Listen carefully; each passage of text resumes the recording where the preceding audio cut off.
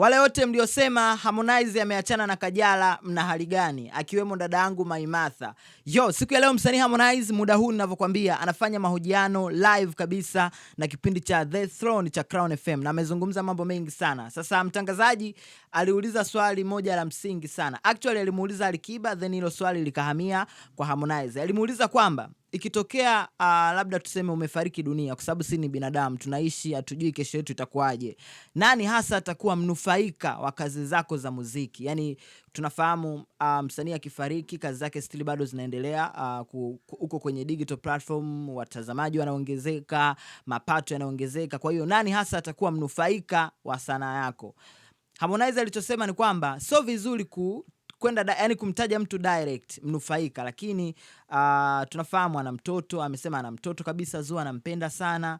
Ametaja yani wale watu ambao wanawapenda sana. Amemtaja pia Kajala, baby mama wake. Mtangazaji akakazia kabisa, baby mama wako ni nani? Akasema Kajala Masanja. Kwa it means kwamba bado penzi la moto sana. Na ukimwona pia Harmonize bado anamtaja Kajala, ana mention kwenye vitu vya msingi kama hivi, it means kwamba sijata nisemeje. Hebu tuangalie hichi kipande kwa ufupi tu, afu nipo hapa kwa ajili ya kujuza kile ambacho kinaendelea kuhusiana na hayo mahojiano. Don't get twisted. Mimi naitwa Bounce.